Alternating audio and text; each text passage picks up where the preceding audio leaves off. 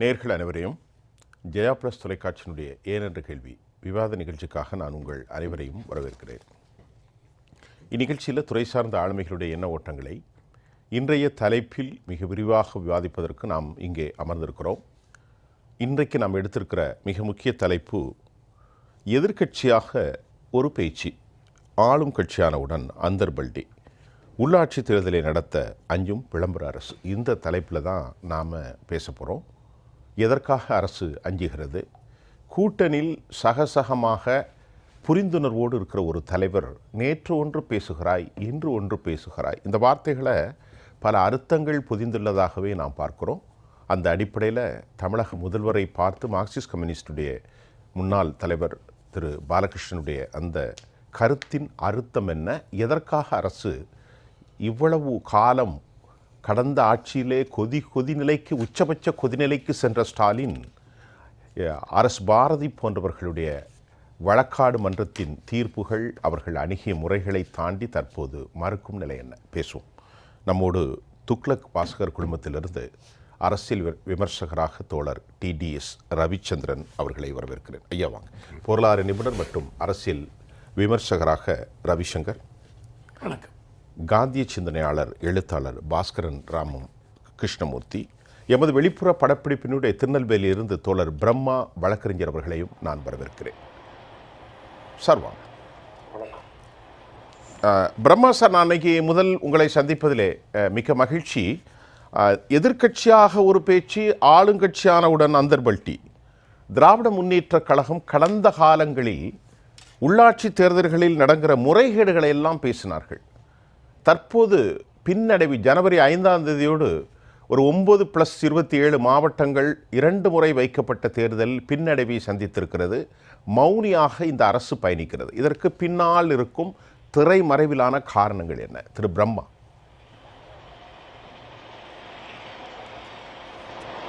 இந்திய அரசியலமைப்பு சட்டத்தின்படி உள்ளாட்சி தேர்தல் என்பது 5 ஆண்டுகள் முடிவதற்குள்ளேயே, அவர்களுடைய பதவிக்காலம் முடிவதற்குள்ளேயே தேர்தலை நடத்த வேண்டும் என்பதுதான் சட்டமாக்கப்பட்டுள்ளது. பஞ்சாயத்து ராஜ் சட்டத்திலேயும் 6 மாதத்துக்குள் தேர்தல் முடிந்து பதவியேற்று பதவி பொறுப்பு வைத்து அந்த பதவிக்காலம் முடிந்த 6 மாதம் தவிர்க்க முடியாத காரணங்களால் நீட்டிக்கப்படலாமே தவிர, உள்ளாட்சி அமைப்புகள் தேர்தல் நடந்தால்தான் முழு ஜனநாயகமே நிலைநாட்டப்படும். இன்னைக்கு இந்தியாவில் உள்ள இந்திய நாடு, இந்திய அரசு சொல்லுகின்ற ஒவ்வொரு லட்சியங்களும் வறுமையை ஒழிப்போம், அனைவருக்கும் குடிநீர், இப்படி மத்திய அரசு எது வேண்டுமானாலும் சொல்லலாம். அதை நடைமுறைப்படுத்தக்கூடிய அமைப்பாக ஒவ்வொரு குடிமக்களுக்கும் அந்த திட்டம் போய் சேருவதற்கு முக்கியத்துவம் வாய்ந்த ஒரு இதயமாக, ஜனநாயகத்தினுடைய இதய துடிப்பாக இருப்பது உள்ளாட்சி தான். இந்த உள்ளாட்சி 2016 நடக்க வேண்டியது பல்வேறு காரணங்களால் நீதிமன்றத்தில் வழக்குகள் நடைபெற்று, அந்த வழக்குகளின் அடிப்படையில் இது 2019ஆம் ஆண்டு இந்த தேர்தல் நடைபெற்றது. அதன் பின்னர் கடந்த டிசம்பர் மாதத்துடன் அவர்களுடைய பதவி நிறைவு பெற்றுவிட்டது. ஜனவரியில் தேர்தல் நடத்தியிருக்க வேண்டும். ஆனால் இன்று வரை தேர்தல் நடத்தவில்லை என்பது இது ஜனநாயகத்தினுடைய பின்னடைவாகத்தான் பார்க்க முடியும். ஜனநாயகம் வலுப்பெற வேண்டும் என்று சொன்னால் இந்த உள்ளாட்சி அமைப்புகள் ஸ்திரத்தன்மையோடு இருக்க வேண்டும். இந்த உள்ளாட்சி அமைப்புகளில் உள்ளவர்களிடம்தான் இவர்கள் முறையிடப்பட முடியும். உள்ளாட்சி அமைப்பு தேர்தல் நடைபெறவில்லை என்றால் இது மாவட்ட நிர்வாகத்தின் கீழ் அந்த உள்ளாட்சி அமைப்பு சென்றுவிடும்.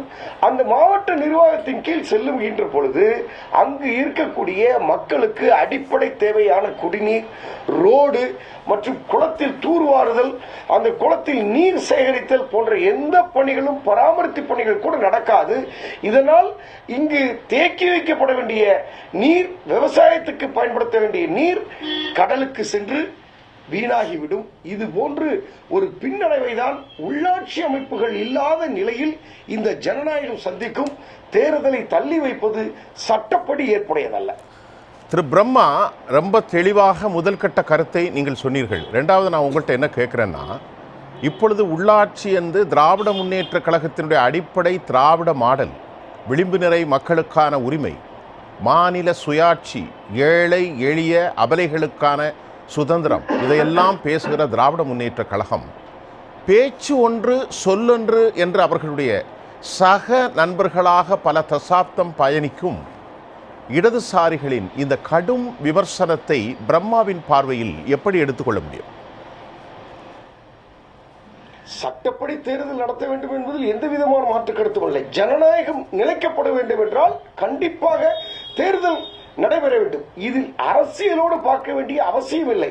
அதே சமயத்தில் இது அரசியல் நோக்காகவும் கொண்டு வர முடியாது. ஏனென்று சொன்னால் அந்த ஊரக வளர்ச்சி, ஊரக தேர்தல், ஊரக பஞ்சாயத்து தேர்தல்லாம் பார்த்தீங்கன்னா கட்சியினுடைய சின்னத்தில் யாரும் நிற்க மாட்டாங்க, இண்டிவிஜுவல் சின்னத்தில் நிற்பாங்க.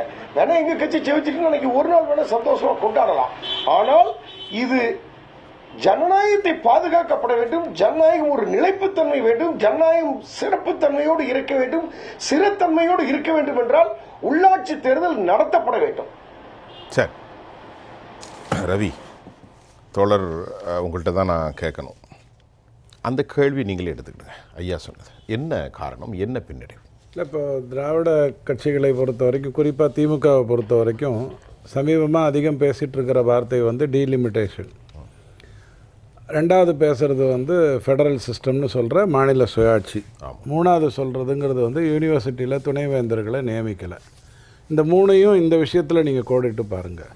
ஒரு 375 வில்லேஜ் பஞ்சாயத்தை உங்களால் வந்து சீரமைத்து, அர்பன் லோக்கல் பாடிஸ்ன்னு சீரமைத்து உங்களால் ஒரு தேர்தல் நடத்த முடியல அப்படின்னு கிட்டத்தட்ட 1.5 வருடமாக சொல்லிகிட்டு இருக்கீங்க அப்படின்னு சொன்னால், ஒரு நாடினுடைய சென்சஸ் எடுத்த பிறகு இத்தனை எம்பிக்கள் இந்தந்த மாநிலத்துக்கு இருக்கணும் அப்படிங்கிற முடிவை மத்திய அரசு இன்றைக்கே எடுக்கணும், இப்போவே சொல்லணும்.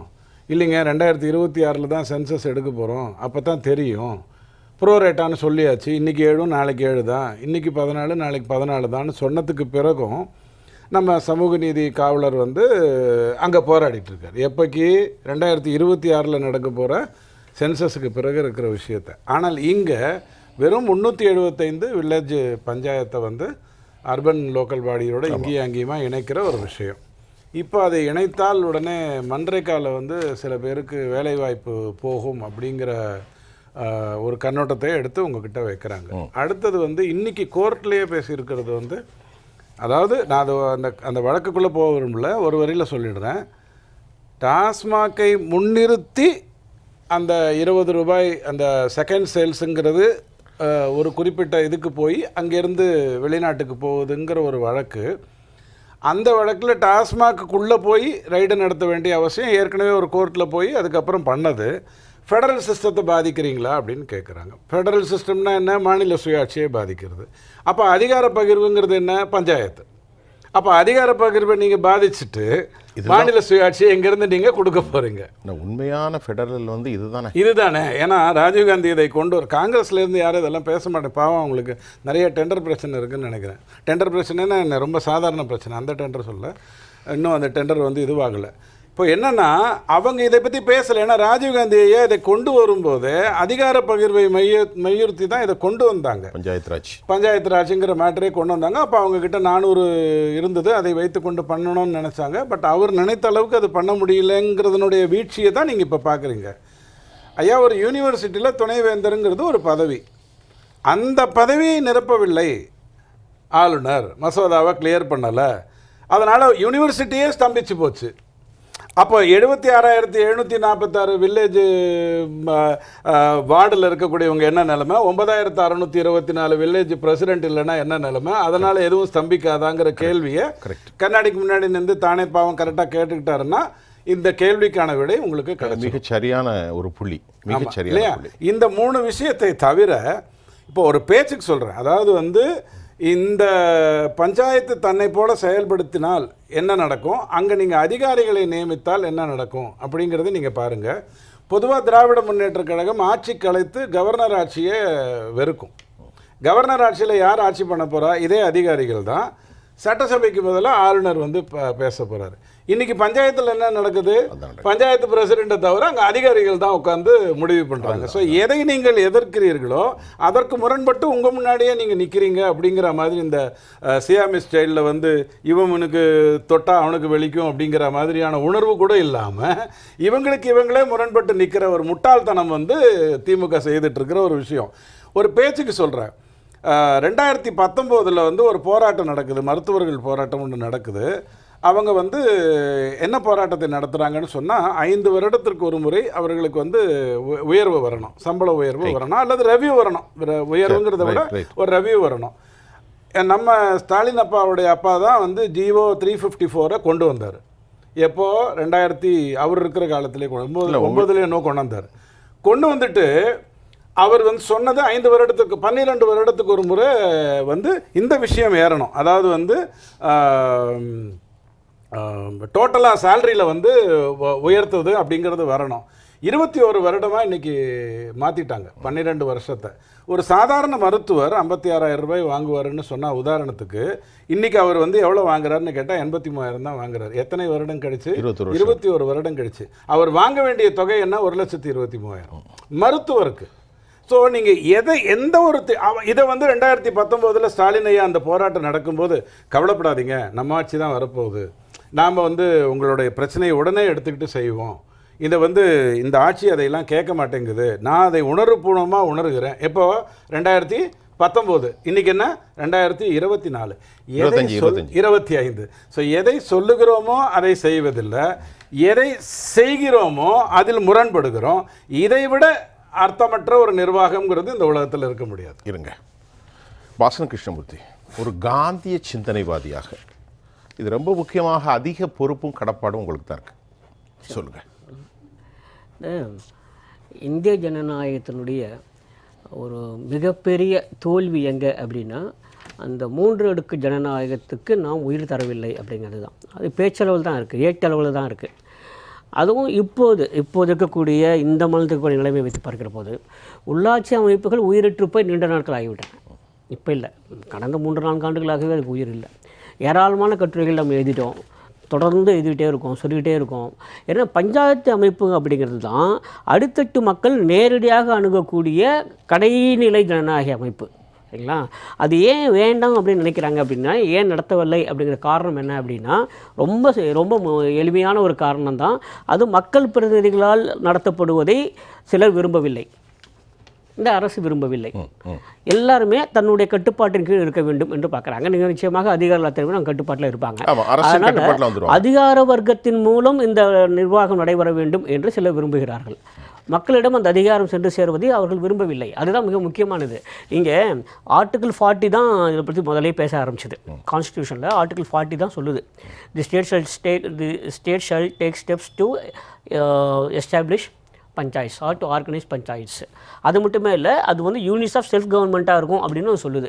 அதாவது தன்னளவிலே சுயாட்சி பெற்ற அதிகார அமைப்புகளாக அது இருக்கும், அதிகார அலகுகளாக இருக்கும் அப்படின்னு தான் கான்ஸ்டியூஷன் சொல்லுது. ஆனால் இப்போது இருக்கக்கூடியவர்கள், இப்போது அதிகாரத்தில் இருப்பவர்கள் எப்போதுமே பஞ்சாயத்து அமைப்புகளுக்கு சுய அதிகாரம் தந்ததாக வரலாறே இல்லை, சரிங்களா? எப்போதும் தன் கைப்பிடிக்குள்ளே இருக்க வேண்டும் என்று பார்க்கிறார்கள். 2. அப்புறம் 3வது, இது கொஞ்சம் வெளியே வந்தோம் வச்சுங்களேன், இது என்னுடைய தனிப்பட்ட கருத்து தான். இது எனக்கு என்கிட்ட எந்த ஒரு ஆதாரமும் இல்லை. எனக்கு என்ன தோணுது அப்படின்னா, இப்போது உள்ளாட்சி அமைப்பு தேர்தல் நடத்த வேண்டும் என்றாலும் கூட அதற்காக நம்முடைய அரசு ஊழியர்களையோ ஆசிரியர்களோ பணியமைத்தினா அவங்களுக்கு சிறப்பு ஊதியம் தர வேண்டுமா இல்லையா? கண்டிப்பாக. அதற்கு கூட வழி இல்லையோன்னு தோணுது எனக்கு.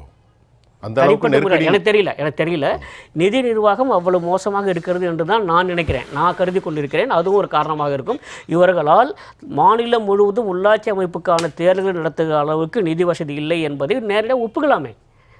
ஒப்புக்கலாம். அப்புறம் மக்கள் பிரதிநிதிகள் தேர்ந்தெடுக்கப்பட்டால் பணிகளுக்கான கோரிக்கை அரசு நிதி ஒதுக்க வேண்டி இருக்கும் அல்லவா? அதற்காகவும் நீங்கள் சொல்வது அது என்னைக்குமே இவங்க பண்ணதில்லை. பஞ்சாயத்துலாம் எல்லாமே இங்கே பாருங்களேன், பல முறை இங்கேயே நான் சொல்லியிருக்கேன், பல முறை இங்கே சொல்லியிருக்கேன். இந்த கடந்த 4 ஆண்டுகளில் எனக்கு தெரிந்து 3 உள்ளாட்சி அமைப்புகளில் 3 கிராம உள்ளாட்சி தலைவர்கள் பதவி நீக்கம் செய்யப்பட்டிருக்கிறார்கள் மாவட்ட ஆட்சியாளரால். மக்களால் தேர்ந்தெடுக்கப்பட்ட ஒரு பிரதிநிதியை நிர்வாகத்தில் இருக்கிறவர் எப்படி பதவி நீக்கம் செய்ய முடியும் நான் கட்டுரை எழுதினேன் தொடர்ந்து. ஆனால் ஒவ்வொரு முறையும் மாண்பை உயர்நீதிமன்றம் நமக்கு சாதகமாக தான் தீர்ப்பளிச்சு தப்பு தான் பண்ணக்கூடாது. ஆனாலும் தொடர்ந்து இப்போ கூட நடந்திருக்கு, இப்போ சென்ற மாதம் கூட நடந்திருக்கிறது. அப்படின்னா என்ன அர்த்தம்? எல்லாருமே இந்த நிர்வாகத்துக்கு கட்டுப்பட்டு இருக்க வேண்டும், அவ்வளோதான், அதுக்கு மேலே இல்லை.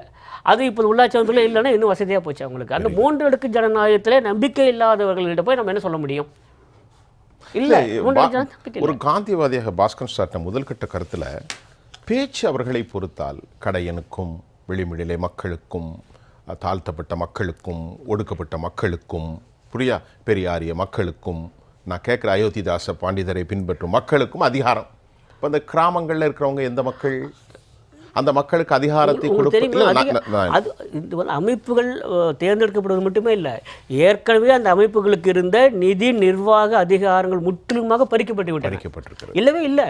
நான் ஒரு உதாரணம் சொல்கிறேன். சினிமாவுக்கு போகிறோம், டிக்கெட் வாங்குகிறோம், அது ஒரு கேளிக்கை வரி ஒன்று போடுவாங்கல்ல, என்டர்டைன்மெண்ட் டேக்ஸ்.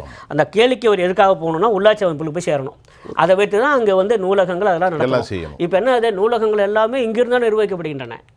கேளிக்கை வரி இவர்களாகவே நீக்கி விடுகிறார்கள், இவர்களாகவே குறைத்து விடுகிறார்கள், இல்லை என்று சொல்லிவிடுகிறார்கள். என்றைக்காவது பஞ்சாயத்து அமைப்பு பிரதிநிதிகளை கூட்டு வைத்து இந்த கேளிக்கை வரி உங்களுக்கு சேர்ந்தது, இதற்கு நான் விலக்கு அளிக்கலாம்னு இருக்கேன், இதுக்கு நீங்கள் என்ன சொல்லி என்னைக்காக கேட்டிருக்காங்களா? ஒன்றுமே இல்லை. என்றைக்காவது 3வது ஜனநாயக அடுக்காக இருக்கக்கூடிய பஞ்சாயத்து அமைப்புகளுக்கான பிரதித்துவம் தரப்பட்டிருக்கிறதா? இன்னும் ஒன்னே ஒன்று சொல்கிறேன், அரசியலாக இல்லாமல் 3வது ஜனநாயக அமைப்பு முடக்கப்பட்டிருக்கிறது. அதுதான் ரொம்ப முக்கியம். ஆமாம், சாதாரண விஷயம். அதாவது சாதாரணமாக சொல்லலாம், அதில் இவர்கள் நம்பிக்கை இல்லைங்கிறேன். ரைட்.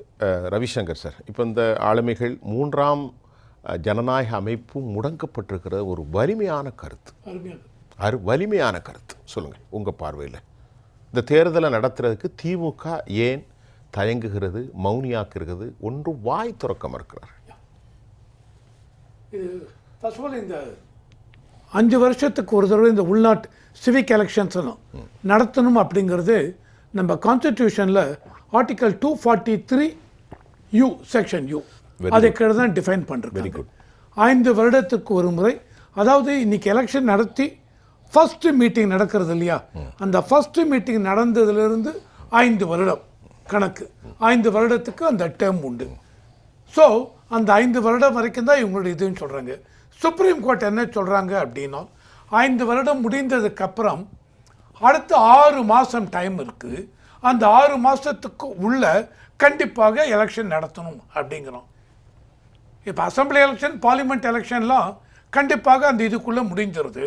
இல்லை எக்ஸப்ஷனல் கேஸில் அங்கே பிரசிடென்ட் ரூல், கவர்னர் ரூல் வந்துடுது. ஆனால் இப்போ இது முடிஞ்சதுக்கப்புறம் 6 மாதத்துக்குள்ளே ஜனவரியோட டிசம்பர் 30 முடிஞ்சு போயிடுது.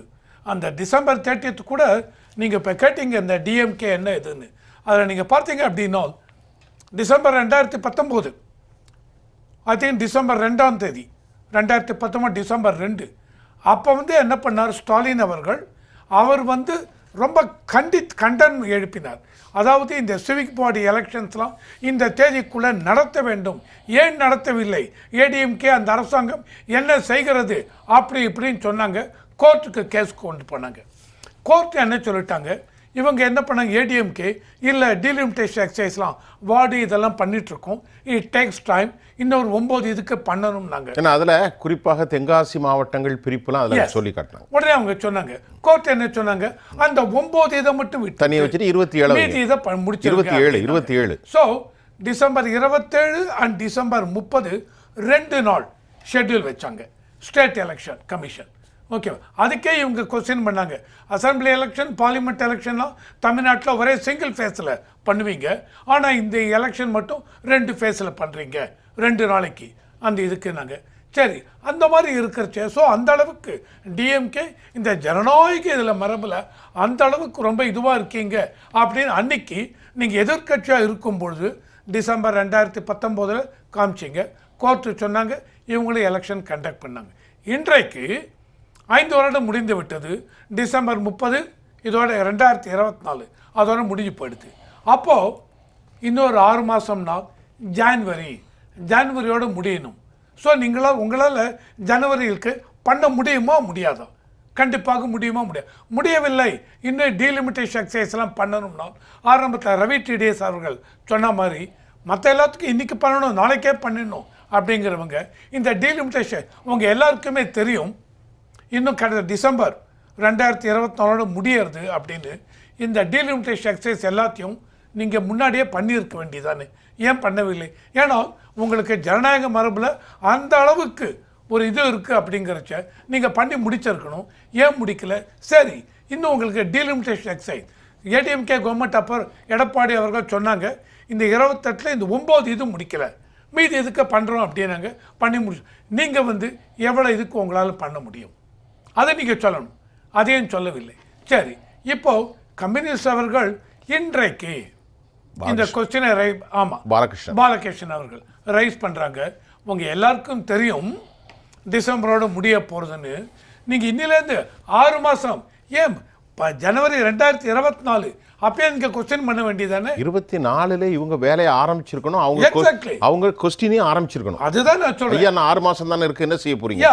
அன்னைக்கே கொஸ்டின் ஆரம்பிச்சிருக்கணும். ஸோ எனக்கு இதெல்லாம் பார்க்கறது என்ன தோன்றது அப்படின்னா, கண்டிப்பாக இந்த இந்த சிவிக் எலெக்ஷன்ஸ்லாம் இந்த எலெக்டட் பொலிட்டிக்கல் பார்ட்டி அந்த சிம்பலில் வராட்டாலும் திமுக ஏடிஎம்கே அது இதுன்னு ஆளுங்களை வைக்கும் பொழுது ஒரு வேளை இல்லை, கிராம ஊராட்சிகளுக்கு மட்டும்தான் இது கிடையாது, மற்ற எல்லாம் நடக்கும்போதும் சிம்பலில் தான் நிற்க முடியும், நிற்கணும். ஓகே, அந்த மாதிரி பண்ணும்பொழுது எனக்கு என்ன ஒரு டவுட் வருதுனால், அதாவது இந்த 2026 எலெக்ஷனுக்கு இது ஒரு முன்னோடியாக அமைந்து விடுமோ?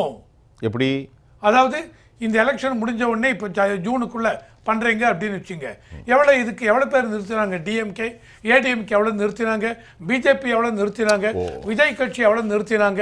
யாருக்கு எவ்வளோ ஓட்டு கிடைச்சது? ஆகவே நமக்கு ஒரு செட்பேக் ஏற்பட்டு விடுமோ, களச்சூழ்நிலை சரியாக இல்லை என்ற அச்சமோ, அதனால இருக்கலாமோ அப்படின்னு. ஏன்னா ஆன்டி இன்கம்பன்சி ஃபோர்ஸ் வரும்பொழுது இதனால அரசியல் கட்சிகள் இதனால ஒரு கவலை அடைந்து இருக்கிறாங்களோ அப்படின்னு. பட் என்னவா இருந்தாலும் அரசியல் கட்சிகள் சொல்ல முடியாது.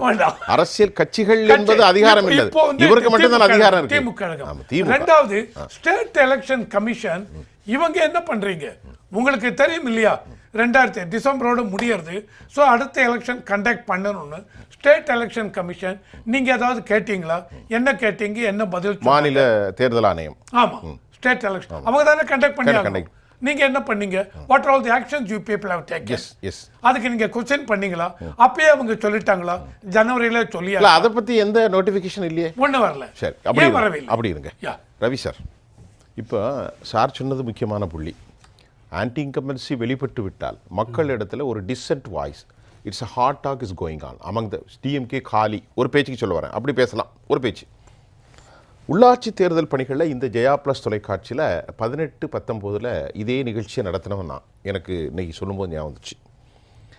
ஆர்எஸ் பாரதி மிக கடுமையான வார்த்தைகளை அன்றைக்கு பயன்படுத்தினார். உடனே சொன்னாங்க, பணிகள் முடக்கும். எது? திமுக திரு ஸ்டாலினுடைய பேச்சு.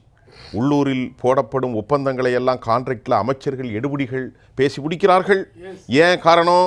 அவர்கள் உள்ளாட்சி தேர்தலை நடத்த மறுக்கிறார்கள். பழனிசாமி ஆட்சியை விமர்சனம் செஞ்சு திருவிளக்கு இல்லை, அது இல்லை, இது இல்லை, மக்கள் சுதந்திரம் பறிக்கப்படுது அப்படின்னு ஸ்டாலின். ஆர்எஸ் பாரதி, நீங்கள் ஒரு விஷயத்தை மறந்துட்டீங்க. உங்களுக்கு தெரியும் ஆட்சியில் இருந்தால் எப்படி திமுக செயல்படும், எதிர்கட்சியாக இருந்தால் எப்படி செயல்படுங்கிறது உங்களுக்கு தெரியும்.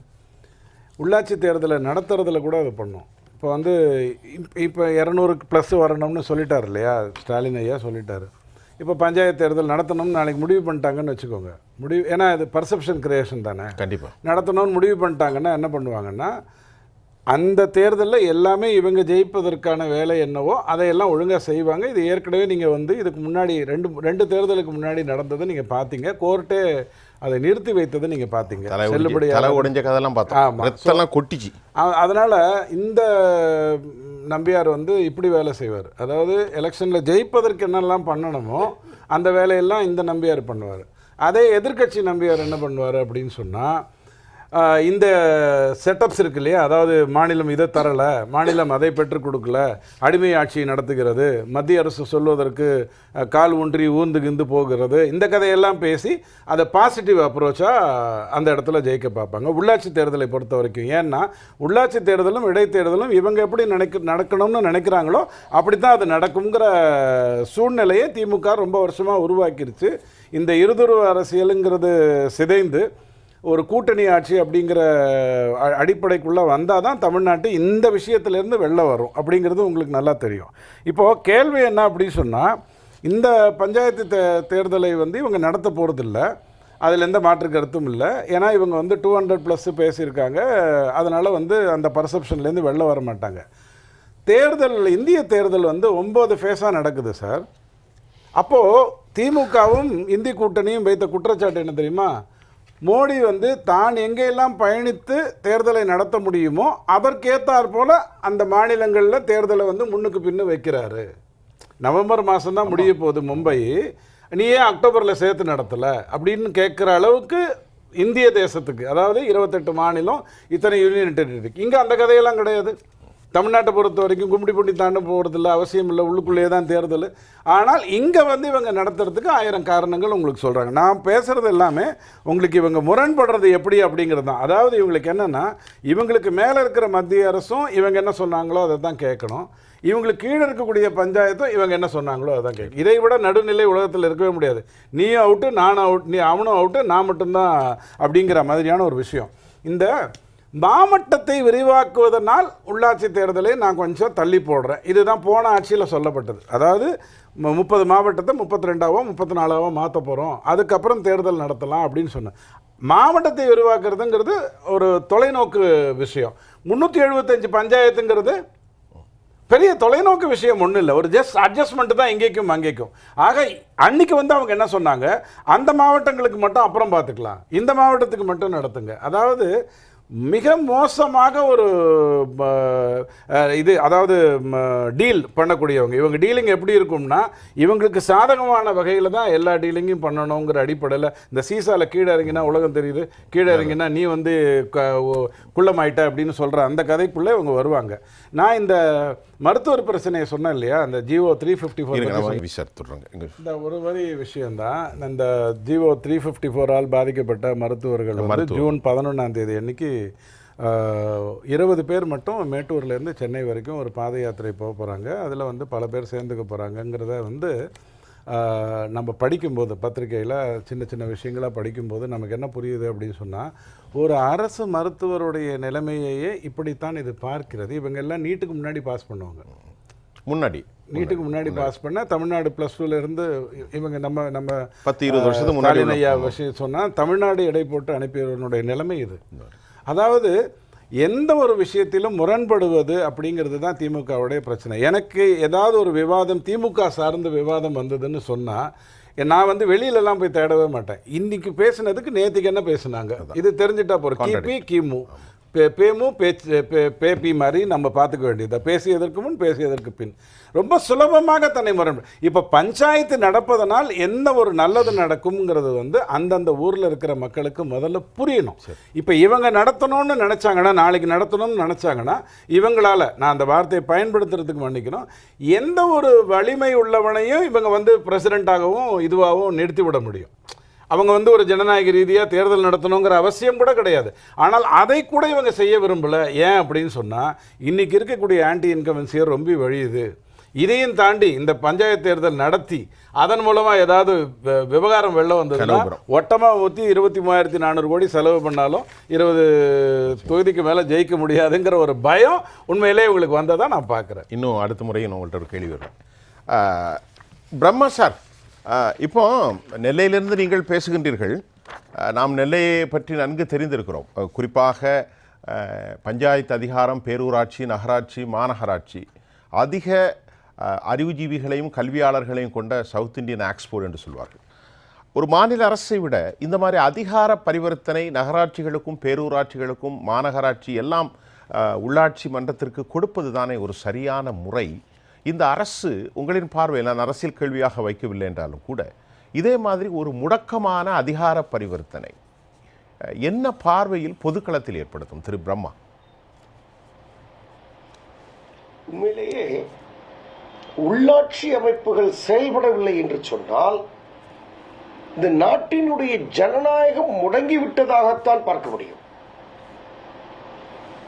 இந்த ஜனநாயகம் தலைக்க வேண்டும், ஜனநாயகம் சிறத்தன்மை அடைய வேண்டும் என்று சொன்னால் உள்ளாட்சி அமைப்புகள் சிரமமாக நடக்க வேண்டும். நீங்க ஒரு விஷயத்தை பார்த்தீங்கன்னா, கிராமப்புறங்களில் 200 மீட்டருக்கு யார்கிட்டையுமே அவங்க அனுமதி வாங்காம அந்த பஞ்சாயத்து கிராம பஞ்சாயத்து தலைவர் உறுப்பினர் 200 மீட்டருக்கு ரோடு சாலைகள் அமைச்சுக்கலாம். அந்த சாலைகள் அமைச்சுக்கலாம் 200 மீட்டருக்கு, அதாவது 0.2 கிலோமீட்டர் அமைச்சுக்கலாம்னு சொன்னா அவங்களுக்கு நிதி தான் தேவை. அந்த நிதி எங்க இருந்து வருது? மத்திய அரசாலும் மாநில அரசாலும் பஞ்சாயத்துக்கு கொடுக்கப்படுகின்ற நிதியில சாலை மேம்பாட்டு திட்டத்தில் அந்த ரோடு போட்டுக்கலாம். அதே சமயத்தில் இவங்களுக்கு பஞ்சாயத்துக்கு வரக்கூடிய இதர நிதிகள், தொழில் வரி, நிலவரி, சொத்து வரி, இதிலிருந்து கூட எடுத்து அதை பயன்படுத்திக் கொள்ளலாம். அந்த ரோடு போடுறதுக்கு அவங்க யார்கிட்டையுமே அனுமதி வாங்க வேண்டாம். அப்போ அந்த பணிகள் மக்களுடைய அடிப்படை தேவையை செய்யக்கூடிய நிலையில் இருக்க. அப்போ ஒரு நாட்டினுடைய ஜனநாயகம் மக்களுக்கு மக்களால் தேர்ந்தெடுக்கப்படக்கூடியதான் இந்த அரசு சொல்றோம். அப்போ இந்த மக்கள் தேவையை உடனே நிறைவேற்றக்கூடிய இடத்துல இருக்கக்கூடியது இந்த கிராம பஞ்சாயத்து தான். அப்ப அந்த கிராம பஞ்சாயத்து செயல்பட்டால்தான் இந்த நாடு எதிர்பார்க்கின்ற வறுமை ஒழிப்பு திட்டம், வேலையின்மை திட்டம் போன்ற பல்வேறு திட்டங்களை அரசு, மத்திய அரசு, மாநில அரசு அறிவித்தாலும் அதை நடைமுறைப்படுத்துவதற்கு, அந்த லட்சியங்களை, அந்த எண்ணங்களை அடைவதற்கு கிராமப்புறத்தில் உள்ள பஞ்சாயத்துகள் செயல்பட்டால் மட்டும்தான் இது சாத்தியமாகும். அதே சமயத்தில் இப்போ இந்த தேர்தலை தள்ளி வைக்கிறதுனால லாபமா லாபம் இல்லையா அப்படிங்கிற கணக்குக்கெல்லாம் நான் வரல. ஒரு விஷயம் உண்மை, நீங்க 3வது அடுக்குன்னு சொல்லக்கூடிய மத்திய அரசு முதலடுக்கு, 2வது ஸ்டேட் எலெக்ஷன் சொல்லி, 3வது கார்பரேஷன் எலெக்ஷன், பஞ்சாயத்து எலெக்ஷன் சொன்னீங்கன்னா மற்ற எலெக்ஷனுக்கே இதுதான் முதுகெலும்பு. இப்போ கிராமப்புறங்கள்ல மக்கள் நேரடியா தொடர்பு வச்சிருக்கக்கூடிய நபர்கள் யாருன்னா அங்க இருக்கக்கூடிய கவுன்சிலர் தான். நீங்க டெல்லியில மீட்டிங் நடக்கும், அங்க போயிருவாரு எம்பி. சென்னையில மீட்டிங் நடக்கும், எம்எல்ஏ அங்க போயிருவாரு. மக்கள் எம்எல்ஏவோ எம்பியோ அடிக்கடி சந்திக்க முடியாது. ஆனால் ஒரு தெருவில், அடுத்த தெருவில், அதுக்கடுத்த தெருவில் தான் கண்டிப்பாக கவுன்சிலர் இருப்பார். அப்போ அந்த கவுன்சிலர் மக்களோடு நெருக்கம் உள்ளவர்கள். அப்போ இவங்கள் தான் அடுத்த நிலைக்கு இந்த அரசினுடைய நிலையை கொண்டு செல்வதற்கு, ஓட் போல் போடுவதற்கு, மக்களை ஓட்டு போட வைப்பதற்கு இவர்கள் முக்கியத்துவம் வாய்ந்தவர்கள். அதனால இவர்களுடைய பணிகளை முடக்குவதால் அரசுக்கு எந்த லாபமும் இருக்க முடியாது. அரசு தொடர்ந்து இந்த உள்ளாட்சி அமைப்புகளை நடத்தினால் மட்டும்தான் அடுத்த தேர்தலின் கூட தன்னுடைய நிலையை உயர்த்த முடியும் என்பது மக்களுடைய பொதுவான பார்வையாக இருக்கிறது. திரு பிரம்மா, இன்னொரு முக்கியமான கேள்வி, 50% பெண்களுக்கான அதிகாரம் இந்த தேர்தல் நடத்தாததால் மட்டுப்படுத்தப்படுகிறதா? இந்த அரசாங்கத்தினுடைய கொள்கைகள் சமூக நீதி. ஆகவே சமூக நீதி அனைவருக்குமான, இதை கேட்கிறேன், அனைவருக்குமான அதிகார பரிவர்த்தனையில் அரசு ஜனவரி 5ஆம் தேதி காலாவதியான பின்பும் மௌனியாக தொடர்வதை எப்படி நீங்கள் அவதானிக்கிறீர்கள் திரு பிரம்மா? இல்ல, இது ஜனநாயகத்துடைய பின்னடைவாக நான் பாக்குறேன். அதுல ஒண்ணும் மாற்று கருத்து இல்ல. நீங்க இப்போ சனாதனத்தை பத்தி பேசுறோம், அதே சமயத்துல சமூக நீதியை பத்தியும் பேசுறோம். சமூக நீதி அப்படிங்கிறது ஒரே நாள்ல மலர்ந்து விடாது, ஒரே நாள்ல எல்லாத்துக்கும் கிடைச்சது. இன்னும் கிராமப்புறங்களில் சமூக நீதி தேவைப்படுகிறது. நான் என்னோட அனுபவத்திலையும் என்னுடைய பார்வையிலையும் சொல்றேன். இதுல திருநெல்வேலி எவ்வளவு பரவாயில்லைன்னு சொல்றேன். அப்போ நீங்க உடனே எல்லாமே செயல்படுத்திட முடியாது. இப்ப 5 வருஷத்துல நடக்க வேண்டிய தேர்தல் கூட நடக்கவில்லை என்பது வருத்தத்தக்க நிலைதான். இது ஜனநாயகத்தினுடைய பின்னடைவு தான். சரி, பாஸ்கர் சார் ரொம்ப தெளிவாக சொன்னார். அவர் சமூக நீதி, சனாதனம் எல்லாம் பேச்சா இருக்கு, எக்ஸிக்யூஷனில் எல்லாம் ஃபெயிலியர் டோட்டலாக. ரொம்ப நாகரிகமாக பேசியதாக திரு பிரம்மாவுடைய பேச்சை நான் எடுத்துக்கொள்கிறேன். காந்தியவாதி இடத்துல நான் இந்த கேள்வி கேட்கவில்லை. உங்களுக்கான அடுத்த கட்டம். சரி, எனக்கு 2-3 சமயங்களில் எனக்கு மிகப்பெரிய அவநம்பிக்கை ஏற்பட்டது. பொதுவாக யார் மீது சொல்லும்போது உங்களையும் புரிஞ்சிடும். அவநம்பிக்கை இல்லை, அதாவது இந்த ஒட்டுமொத்த ஜனநாயக அமைப்பின் மீதுமே எனக்கு ஒரு அவநம்பிக்கை ஏற்பட்டது. ஜனநாயக அமைப்புகளின் மீதான 2 ஆண்டுகளுக்கு முன்பு மாநில கல்வித்துறை இயக்குனர், மாநில பள்ளிக்கல்வித்துறை இயக்குனர் ஒரு சுற்றறிக்கை அனுப்புகிறார். என்ன அப்படின்னா, எல்லா அரசு பள்ளிகளிலும் மற்ற உள்ளாட்சி அமைப்பு பள்ளிகளிலும் நீங்கள் எந்த விழா நடத்தினாலும் உங்களுடைய தொகுதி சட்டமன்ற உறுப்பினர் அதில் பங்கேற்க வேண்டும்னு போட்டார். ரைட்டிங்கில் கொடுத்தது சுற்றறிக்கை. அது வந்த 2வது நாளே நான் ஒரு கட்டுரை எழுதியிருந்தேன். ஒரு டாக்குமெண்டேஷன். ஆமாம், 2வது நாளே நான் ஒரு கட்டுரை எழுதியிருந்தேன். இது ரொம்ப தப்பு. உங்களுக்கு உண்மையிலேயே மக்கள் பிரதிநிதிகளை அதில் ஈடுபடுத்த வேண்டும் என்ற உண்மையான அக்கறை இருந்தால் நீங்கள் உள்ளாட்சி பிரதிநிதிகளை அடையுங்கள் தான் நீங்கள் கொடுத்துருக்கணும். சர்க்குலர் அப்படியே கொடுத்துருக்கணும். உங்களுடைய பள்ளியுடைய செயல்பாட்டில் மக்கள் பிரதிநிதிகள் ஈடுபட வேண்டும் என்று நீங்கள் உண்மையாகவே விரும்பினால் நீங்கள் என்ன பண்ணியிருக்கணும், உள்ளாட்சி பிரதிநிதிகளை உள்ளாட்சி அமைப்போட பிரதிநிதிகளை நீங்கள் அழையுங்கள் தான் கொடுத்துருக்கணும்.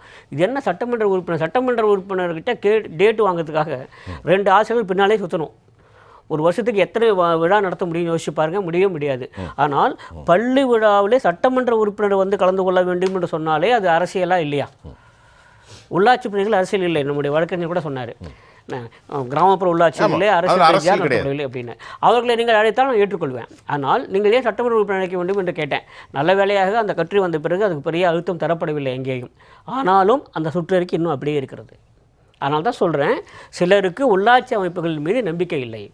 இது 3 அடுக்கு ஜனநாயகம் அப்படிங்கிறதுலே அவங்க புரிஞ்சுக்கல. அல்லது உள்ளாட்சி அமைப்புகள் என்பது இந்தியாவினுடைய அடிப்படை மனசாட்சி, ஒரு கான்சியஸ்னஸ் ஆஃப் டெமோக்ரஸி. ஆமாம், இன்னொன்று சொல்கிறேன், நான் சொல்கிற சரியான வார்த்தை தானே? கரெக்ட் தான். ஜனநாயகத்தின் மனசாட்சி அதுதான். இன்னொன்று சொல்கிறேன், இங்கே இருக்கக்கூடிய விற்பனர்கள் அதை கவனிச்சிருப்பாங்க. இந்த அரசு பதவியேற்ற உடனே மாண்புமிகு முதலமைச்சர் ஐயா அவர்கள் உள்ளாட்சி பிரதிநிதிகள் கூப்பிட்டு ஒரு பேச்சு பேசினார். சரி, இருக்கு, செய்தியில் போய் பாருங்க. அரசு பதவியேற்ற உடனே ஓரிரு வாரங்களுக்குள்ளாக, என்னோட நினைவு சரியாக இருக்குமானால், அப்போ அவர் பேசின ஒரு வார்த்தை வந்து எனக்கு ஒரு மிகப்பெரிய ஒரு அதிர்ச்சி. எனக்கு அரசியல் இல்லாமல் நான் சொல்கிறேன். என்னென்னா, நீங்களாம் ஒழுங்காக நடந்துங்க, இல்லைன்னா நான் சாட்டு எடுக்க தயங்க மாட்டேன், தொலைச்சிருவேன், அந்த மாதிரிலாம் பேசினாங்க. கரெக்ட், சரிங்களா? அப்படிலாம் பேசினாங்க. சரியான அந்த வார்த்தைகள் ஞாபகம் இல்லை. இதே மாதிரி சட்டமன்ற உறுப்பினர் வைத்துக்கொண்டு உங்களால் பேச முடியுமா? யோசிச்சு பாருங்கள். உங்கள் கட்சியில் பிரதிநிதியாக இருக்கக்கூடிய நாடாளுமன்ற உறுப்பினர் வைத்துக்கொண்டு உங்களால் பேச முடியுமா? சாட்டை எடுத்து அடிப்பேன்னு. ஆமாம், அந்த சொற்கள்லாம் சரியாக ஞாபகம் இல்லை. கிட்டத்தட்ட அந்த மாதிரி இல்லை. நான் சொல்கிறேன், நீங்கள் சரியான சொற்கள் ஞாபகம் இல்லை. ஆனால் உள்ளாட்சி பிரதிநிதிகள் என்றால் மட்டும் கேள்விக்குறைகளா? அவங்களும் மக்கள் பிரதிநிதிகள் தானே. உங்களுக்கு 2 லட்சம் பேர் வாக்களித்து உங்கள் தொகுதி உறுப்பினராக சேர்ந்திருக்கிறார் என்றால் அவருக்கு ஒரு 2000 பேர் வாக்களித்து தேர்ந்தெடுத்திருப்பாங்க. அவ்வளோதானே. அவர்களும் மக்கள் பிரதிநிதிகள் தானே. மக்கள் பிரதிநிதிகளை பார்த்து இது மாதிரி சொல்ல முடிகிறது அப்படி சொன்னால் வாக்களித்த மக்களுக்கு செய்யக்கூடிய ஒரு அவமானம் இல்லையா? அது இந்த ஜனநாயக அமைப்புகளில் ஒரு பெரிய டிஸ்பாரிட்டி இருக்கா? ஆமாம். இல்லை, நான் என்ன கேட்குறேன், இருக்கு.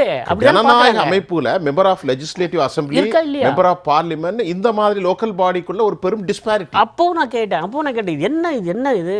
அவர் மக்கள் பிரதிநிதிகள். கரெக்ட். மக்கள் பிரதிநிதிகளை இப்படி பேசுனீங்கன்னாக்கா அந்த மக்கள் பிரதிநிதியை எந்த அலுவலர் மதிப்பார் சொல்லுங்கள்? இன்றைக்கி கூட சொல்கிறேன், இன்னும் மிகுந்த மனவேதனை சொல்லியிருக்காங்க. ஒரு காந்திய சிந்தனையால் தான் சொல்கிறேன், அரசியலுக்குள்ளே போக விரும்பல. ஒவ்வொரு பஞ்சாயத்து போர்டு பிரசிடெண்ட்டும் ஒரு வார்டு மெம்பரும் ஒரு கவர்மெண்ட் ஆஃபீஸ் உள்ளே போகும்போது வெளியே வந்து கைகட்டி நிற்கிறாங்க, அந்த குற்றம் செஞ்சவங்க மாதிரி நிற்கிறாங்க. ஓஹோ, எதுக்கு? அவங்களுக்கு பஞ்சாயத்துக்கு ஏதாவது வேணும் அப்படின்னு கேட்டால் எல்லாத்துக்கும் அங்கே போய் ஒரு பிளாக் டெவலப்மெண்ட் ஆஃபீஸரை போய் பார்க்கணுன்னா வெளியே அவங்க கையெட்டி நிற்க பார்க்கும்போது எனக்கு அப்படியே மனசு வேதனையாக இருக்குது. இவங்களும் மக்கள் பிரதிநிதிகள் தானே. இதோ சட்டமன்ற உறுப்பினர் வந்து அப்படி நிற்க விடுவீங்களா நீங்கள்? சட்டமன்ற உறுப்பினர் அதுனைக்கா யாராவது ஒரு சட்டமன்ற உறுப்பினர் இருந்தவங்க உங்களால் நிறுத்தி வைக்க முடியுமா? எத்தனை பஞ்சாயத்து போர்டில் இருக்கக்கூடிய அந்த பஞ்சாயத்து போர்டு தலைவராக இருக்கட்டும், பஞ்சாயத்து போர்டு உறுப்பினராக இருக்கட்டும், வெளியே காலுகெடுக்க நிற்பாங்க. அவங்க எப்படி நடத்தப்படுகிறார்கள் தெரியுமா உங்களுக்கு? ஒரு ஹியூமிலியேஷன். ஆமாம், அதான் சொல்கிறேன், ஹியூமிலியேஷன். இது வந்து எப்படி நம்ம ஏற்றுக்க முடியும்? அதனால தான் சொல்கிறேன், இவங்களுக்கு அந்த 3 அடுக்கு ஜனநாயகத்தில் இவங்க நம்பிக்கையே இல்லை, இவர்களுக்கு வேண்டாம் என்று நினைக்கிறவர்கள், கருதுகிறவர்கள். நான் முழுக்க இப்போ சொல்கிறேன், ஒரு காந்திய சிந்தனையாளர் மட்டுமே நான் சொல்கிறேன், இதில் அரசியலே வேண்டாம் எனக்கு. ஆனால் எப்படி நீங்கள் ஒரு உள்ளாட்சி பிரதிநிதி எப்படி இந்த மாதிரி நடத்துவீங்க? நான் பார்த்துருக்கேன், நீங்கள் இன்றைக்கி போய் பாருங்கள், ஒரு கிராமத்தில் ஒரு சின்ன ஒரு நீர்த்தேக்க தொட்டியில் அது க்ளீன் பண்ணணும், அது காசு இல்லை அப்படின்னா எங்கேயாவது ஒரு அரசு அலுவலகத்தை போய் அவங்க முறையிடணும்னா காலையிலேருந்து சாயந்தரம் வரைக்கும் அவங்க காலுக்கடுக்கு நிற்கணும், கைகட்டி நிற்கணும். அதாவது கூனி குறுகி நிற்க வேண்டும். ஆமாம், இதை விட உலகத்தில் பெரிய இது உண்டா இல்லையா மட்டும் நீங்கள் சொல்லுங்கள். இதை விட மிகப்பெரியமான எத்தனை அரசு அலுவலர்களால், எத்தனை அரசு, ஒன்று மட்டும் சொல்லிடுறேன், எத்தனை அரசு அலுவலர்களால் கிராம உள்ளாட்சி பிரதிநிதிகள் அவமானப்படுத்தப்படுகிறார்கள் மட்டும் நீங்கள் சொல்லுங்கள். சரி, திரு ரவிசங்கர் சார் சொல்லுங்கள். இப்போது எனக்கு முன்னாடி பேசின அவர் பாஸ்கர் கிருஷ்ணமூர்த்தி சார் வந்து எந்த அளவுக்கு இந்த இவங்க வந்து சிவிக் இவங்க கவுன்சிலர் ஆகட்டும் மற்றவங்க ஆகட்டும் எந்த அளவுக்கு அந்த அவமானப்படுத்தப்படுகிறார்கள், அவங்களுடைய அந்த வார்டு இதுக்கெல்லாம் ஒரு வேலையை முடிக்க வேண்டும் என்றால் எந்த அளவுக்கு இவர்கள் அதிகாரிகள் முன்னால் போய் நிற்க வேண்டியிருக்கு அப்படின்னு சொல்றாரு. அதாவது ஒடுக்கப்பட்டவர்கள் குரலாக பேசும் திமுக பலரை ஒடுக்குகிறதா என்ற கேள்வி. எஸ், அவர் சொல்லல, நான் சொல்றேன். ஸோ இதெல்லாம் பார்க்கும்பொழுது என்ன தோன்றது எனக்கு அப்படின்னா, நீங்கள் ஒரு அசம்பிளி எம்எல்ஏ அப்படின்னா அசம்பிளி எலெக்ஷன்ஸ் 5 வருஷத்துக்கு முன்னாடி, இப்போ 2026 மேக்கு முன்னாடி எலெக்ஷன் வந்துடும். ஏன்னா அந்த 5 வருஷத்துக்கு முன்னாடி அடுத்த கவர்மெண்ட்டு எடுக்கணும். பார்லிமெண்ட் எலெக்ஷன் அதே மாதிரி. ஆனால் சிவிக் எலெக்ஷன்ஸ் வரும்பொழுது அதில் நீங்கள் சீரியஸ்னஸ் காண்பிப்பது இல்லை. இது தமிழ்நாடு மட்டும் இல்லை, பொதுவாக இந்தியாவில் நான் சொல்கிறேன். சிவிக் எலெக்ஷன்ஸ் அப்படின்னாலே அந்த அளவுக்கு அரசாங்கம் அதை வந்து சீரியஸாக எடுத்துக்கொள்வதில்லை அப்படின்னு. இல்ல, நாம மற்ற மாநிலங்களை பத்தி பேச முடியாது. நமக்கு என்ன ஆம்பிட்டோ எந்த லிமிட்டோ அதை தான் பேசுறோம். நம்முடைய அதிகாரம் இதுதானே. நம்ம ஜார்க்கண்டை பத்தி பேச வேண்டியது இல்லை, ஒரே ஒரு இதில் சொல்கிறேன். ஸோ அந்த மாதிரி இருக்கும்போது பொதுவாக ஸோ என்ன பண்ணணும் அப்படின்னா, இது சார் பேசிட்டே போகிறேன் சார், என்னதுக்கு சொல்யூஷன் என்ன அதே நம்ம கொடுக்கணும். கரெக்டாக? கண்டிப்பாக தவறு தான் இது. கண்டிப்பாக இது இந்த தேதிக்குள்ளே முடிக்கணும். முதல் சுற்றிலே சொல்லிட்டேன். 2024 ஜனவரி பிப்ரவரியிலேயே இவங்க எடுத்திருக்கலாம், எடுக்கவில்லை. இவங்களுக்கு கண்டிப்பாக தெரியும். இருந்தாலும் அதையும் முன்னாடியே சொன்னேன், இது வந்து தேர்தலுக்கு முன்னோட்டமாக அமைந்துவிடக்கூடாது. இதில் ஒருவேளை திமுக நிறைய இது கிடைக்கல அப்படின்னா இது வந்து தேர்தலுடைய முன்னோட்டமாக இதெல்லாமே முன்னாடியே சொல்லியிருக்கேன். ஓகேவா? ஸோ நான் பொதுவாக இதில் என்ன கேட்குறேன், இவர் இப்போ சொன்னார் இல்லையா, இது வந்து எந்த அளவுக்கு இதெல்லாம் இருக்குன்னு. ஸோ நீங்கள் ஆக மொத்தம் ஜனநாயக அடிப்படைன்னு பார்க்கும்பொழுது இந்த இதை வந்து சீரியஸாக நீங்கள் எடுத்துக்கொள்வது இல்லை. ஸோ இது என்ன பண்ணணும் அப்படின்னா, ஃபண்ட்ஸ் அலோகேட் பண்ணுறீங்க, சிலதெல்லாம் அவங்களே எடுத்துப்பாங்க. இதே மாரி ஃபண்ட்ஸை அலோகேட் பண்ணுறீங்க. அந்த மாதிரி ஃபண்ட்ஸை அலோகேட் பண்ணும்பொழுது குறிப்பிட்ட டயத்தில் ஃபண்ட்ஸை அலோகேட் பண்ணுறீங்களா, எவ்வளோ சொல்கிறீங்க வருதா, இதை வந்து சிஏஜி ரிப்போர்ட்டில் இதை கூட நீங்கள் சொல்லலாங்க. எந்த அளவுக்கு இவங்க ஃபண்ட்ஸை பிளான் பண்ணாங்க, எவ்வளோ அலோகேட் பண்ணிருக்காங்க, எதனால் கூடிய வரைக்கும் இம்பார்ட்டண்ட் இதெல்லாம் நடத்த முடியாமல் இருக்குது, அதையும் சொல்லலாம். அபோவ் ஆல் எலெக்ஷனுக்கு முன்னாடி 5 வருஷம் முடிஞ்சிருது. இப்போ அவங்க பவரெல்லாம் போயிடுது sir. So virtually they are under the control of government officials. Councillor அவங்க இதெல்லாம் போயிடுது. முன்னாடி ஒரு பிரம்மா அவர்கள் சொல்லும் போதும் அடுத்த தெரு, அதுக்கு அடுத்த தெருவில் கவுன்சிலர் இருப்பாங்க, டைரெக்டாக இவங்களால் போய் மக்களால் பேச முடியும் அப்படின்னாங்க. ஆனால் இன்றைக்கி அந்த கவுன்சிலர் அதெல்லாம் பதவி போய்விட்டது. இப்போ என்ன ஆகுது, மக்கள் எதுவாக இருந்தாலும் கவர்மெண்ட் அஃபீஷியல்ஸ் தான் போய் நிற்க வேண்டியிருக்கு. அந்த மாதிரி நிற்கும் பொழுது ஜனநாயகம் அங்கே அடிபட்டு போய்விட்டது. இந்த ஜனநாயகம் அடிபட்டு போய்விட்டு ஜனநாயகம் இல்லை என்று ஆகிவிட்டது. இதுக்கு வந்து என்ன பண்ண போகிறீங்க, என்ன சொல்யூஷன்? இது நடந்துகிட்டே இருக்கும் sir. Assembly election, MP election மாதிரி ஜுடிஷரி நான் உள்ளே கொண்டு வரேங்க. சொல்லுங்கள், இதுக்கெல்லாம் ஸ்ட்ரிக்டாக ஒரு இன்னி தேதிக்குள்ளே நடக்கணும்னால் நடந்தாகணும். நான் டீலிமிட்டேஷன் எக்ஸசைஸ் இருக்குது, இது பண்ண முடியல, அது பண்ண முடியல, அதனால் தள்ளிப்படுறேன்னோ. ஏன் பண்ண முடியல? முன்னாடியே உங்களுக்கு தெரியும் இல்லையா, ஜனவரி 5ஆம் தேதியோடு முடியாது 2025 நம்ம எலெக்ஷனை கண்டக்ட் பண்ணணும். If not on before January 5 at least 6 மாதம். இல்லை, ஜனவரி 5ஆம் தேதி 2025 முடிஞ்சு போயிடுச்சு. ஸோ 6 மாதம் சுப்ரீம் கோர்ட் என்ன சொல்கிறான், டேர்ம் முடிஞ்சதுலேருந்து 6 மாதத்துக்குள்ள. ஸோ ஜூலை 5ஆம் தேதிக்குள்ள நடத்தணும், நீங்கள் நடத்தி இருக்கணும். நடத்தணும். அதான் நடத்தணும். வரல, ஜூலை வரலையே. அதான். ஸோ சார் ஜூலை வரல சார், இன்னைக்கு மே எண்டு. ஆமாம், அது எல்லாம் பண்ணியிருக்கணும், ப்ராசஸ் இல்லையே. ஸோ கண்டிப்பாக அதனால நடத்த முடியாது எனக்கு தெரிஞ்சு. இல்லை ஸ்டேட் எலெக்ஷன் கமிஷன் நோட்டிஃபிகேஷன் கொடுத்துட்டாங்களா, கொடுக்கல. ஸோ தட் மீன்ஸ் என்ன, நீங்கள் இந்த ஜனநாயகத்தை, அந்த சிவிக் எலெக்ஷன்ஸ், அதை அந்த அளவுக்கு நீங்கள் சீரியஸாக எடுத்துக்கொள்வது இல்லை. எலெக்ஷன் நடக்காட்டாலும் கவர்மெண்ட் அஃபீஷியல்ஸை வச்சு எங்களால் ரன் பண்ண முடியும் அப்படிங்கிறச்ச ஜுடிஷியரி எல்லாமே வேடிக்கை பார்த்து கொண்டு இருக்கிறீர்களா? இதுதான் என்னுடைய கொஸ்டின். பிரம்மா சார், இந்த நிகழ்ச்சியில் நிறைவு கருத்தாக உங்கள்கிட்ட கேட்பது, ஜனநாயகபாடி, அரசியலமைப்பு, 3ஆம் தூண், இதையெல்லாம் தாண்டி மக்களின் மனநிலை எப்படி இருக்கிறது?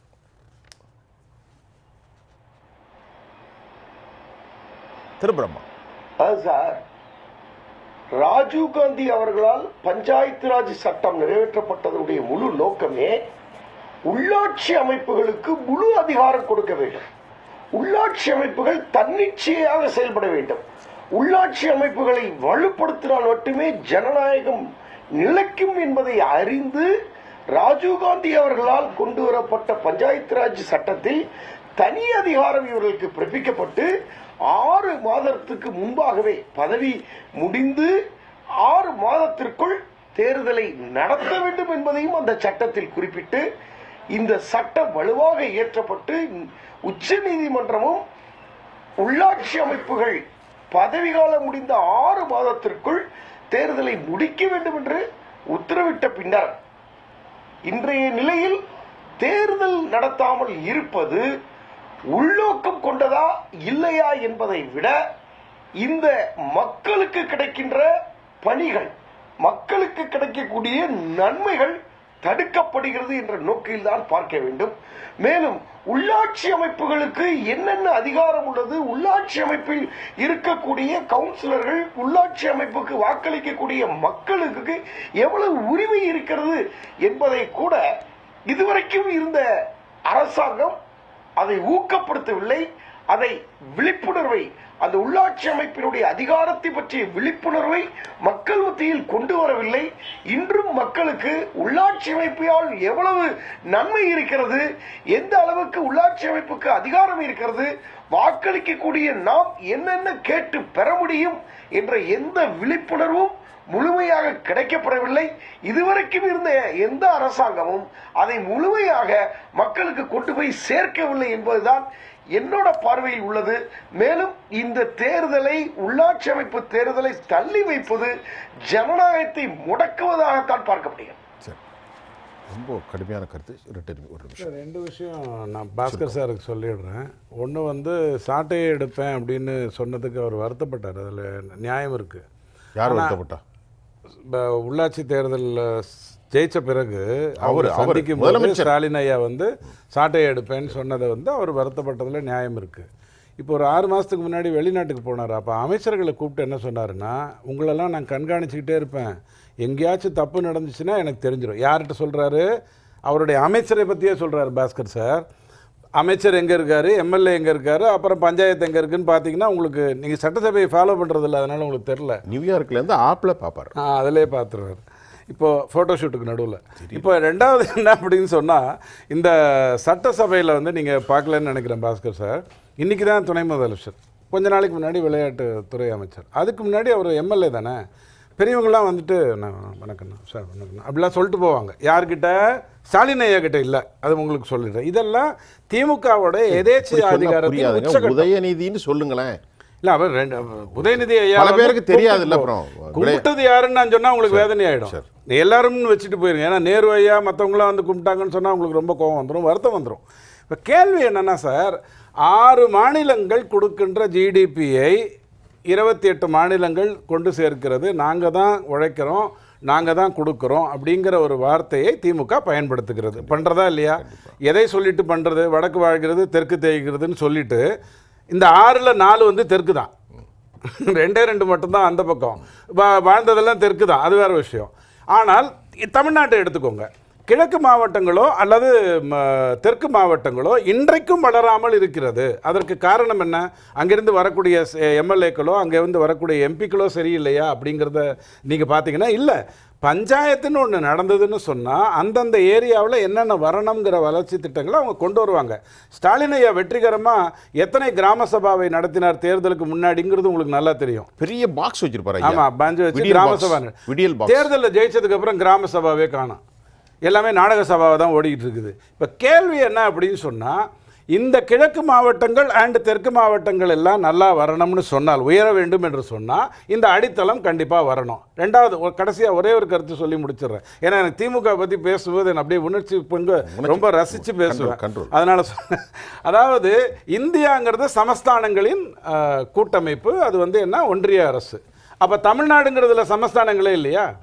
அங்கே மட்டும் எல்லாம் சேர்ந்து கூட்டமாக ஒரு தமிழ்நாடுன்னு ஒன்று ஆகலையா? தமிழ்நாடுங்கிறது ஒரே நாடாக அப்படியே இப்போ பிறந்து வளர்ந்ததா? அப்போ அங்கே மட்டும் இன்னும் இப்போ திருநெல்வேலியிலேருந்து வந்ததுனால ஐயாவுக்கு நல்லா தெரியறதுக்கு வாய்ப்பு இருக்குது. கிழக்கு மாவட்டங்களும் தெற்கு மாவட்டங்களும் வளராமல் இருப்பதற்கு அடிப்படை காரணம் என்னன்னு யோசிச்சிங்கன்னா இந்த பஞ்சாயத்து தேர்தல் ஏன் அவசியங்கிறது உங்களுக்கு புரியும். ஒரே ஒரு வார்த்தை சுருக்கமாக. பஞ்சாயத்து தேர்தல் கண்டிப்பாக நடத்தப்பட வேண்டும். அதை நடத்தப்படாமல் தள்ளி போடுவது என்பது அடிப்படை உள்ளாட்சி ஜனநாயகத்தை குழி தோண்டி புதைப்பதற்கு சமம். சார் பாஸ்கர் சார், உள்ளாட்சி அமைப்புலையுமே நம்பிக்கை வையுங்கள், அவ்வளோதான். வேறு என்ன சொல்ல முடியும்? அடித்தட்டு மக்களுக்கு அதுதான் நேரடியான ஒரு ஜனநாயக அமைப்போட ஒரு தொடர்பு. தயவுசெய்து அதன் மீது நம்பிக்கை வையுங்கள் அப்படின்னு அந்த அறிக்கை. ஒரே ஒரு வரி தான். இப்போ நான் நித்தி ஆயோக்கில் போய் நீங்கள் கேட்க போகிறீங்க, ஒரு வருஷத்துக்கு முன்னாடியே உங்களுக்கு சொல்லிட்டாங்க இதெல்லாம் இந்த திட்டங்களெல்லாம் இந்தியாவில் கொண்டு வர போகிறோம் அப்படின்னு சொல்லிட்டாங்க. நீங்கள் போய் என்ன பண்ண போகிறீங்க? என்னுடைய மாநிலத்துக்கு இதை கொடுங்க அதை கொடுங்க அப்படிங்கிறதுக்காக பேச போகிறீங்க. 10 நிமிடத்தில் பேச முடியாது, ஒரு அரை மணி நேரமாவது கொடுத்தீங்கன்னா தான் கரெக்டாக இருக்கும் அப்படின்னு சொல்லிட்டு வேணாம் 15 நிமிஷமே போகிறோம், அதுக்கு மேலே பேப்பரை கையில் அடுக்கிக்க முடியாதுன்னு நீங்கள் சொல்ல போகிறீங்க. இப்போ கேள்வி என்ன அப்படின்னு சொன்னால், நித்தி ஆயோக்கில் போய் நீங்கள் எப்படி மாநிலத்துக்கான உரிமையை கேட்கிறீர்களோ அப்படித்தானே பஞ்சாயத்தில் வந்து கிராம சபா நடத்தி விட்டு கேட்க போகிறாங்க. அப்போ அதை தடுத்து விட்டு நீங்கள் போய் அங்கே 15 நிமிஷம் பேசி என்னத்தை பண்ண போகிறீங்கிறத நாளைக்காவது யோசிங்க. நேர்களே, ஒரு அழகான வலிமையான ஜனநாயகத்தினுடைய மாண்புகளை பற்றி நாம் பேசணும். தமிழ்நாட்டில் 92,000 மேற்பட்ட மக்கள் பிரதிநிதிகள் அவர்களுடைய பதவி முடக்கப்பட்டு ஜனவரி மாதத்திலிருந்து காத்திருக்கிறார்கள். எங்களுக்கு எப்போது விடியல் வேறும், எங்களுக்கு விடியல் தேவை, எங்களுக்கு ஜனநாயகம் தேவை, எங்களுக்கு அதிகாரம் தேவை. பாதிக்கப்பட்ட மக்கள், அபலைகள், ஏழைகள், கிராமப்புறம், ஒடுக்கப்பட்ட மக்கள், மலைசாதி மக்கள் அனைவருக்குமான அதிகாரம் எங்களுக்கு தேவை. இதைத்தான் கேட்டுக்கொண்டே இருக்கிறார்கள். ஜனநாயக கதவுகளை வலிமையாக மூடிக்கொண்டு மற்றொரு ஜனநாயகத்திற்காக தமிழக முதல்வர் டெல்லி நோக்கி புறப்பட்டிருக்கிறார் என்ற கேள்வியோடு எங்களுக்கு ஜனநாயகம் தேவை. இதுதான் தமிழ்நாட்டு மக்களின் உள்ளுணர்வான கேள்வியாக இருக்கிறது. அதிகார பரிவர்த்தனை அரசாங்கம் கொடுக்க மறுத்தால் என்ன நடக்கும்? காத்திருக்க வேண்டியதான். இந்த நிகழ்ச்சியில் எங்களோடு பேசிய டிடிஎஸ் ரவிச்சந்திரன், பாஸ்கரன் கிருஷ்ணமூர்த்தி, ரவிசங்கர், நெல்லையிலிருந்து தோழர் வழக்கறிஞர் பிரம்மா, உங்கள் அனைவருக்கும் உளப்பூர்வமான நன்றியை தெரிவித்துக் கொள்கிறேன். மீண்டும் மற்றொரு களத்தில் நான் உங்களை சந்திக்கின்றேன். அதுவரை உங்கள் அனைவரிடமிருந்தும் நான் உங்கள் சுஃபியான், ஜெயா பிளஸ் தொலைக்காட்சிக்காக நன்றி. மீண்டும் சந்திப்போம்.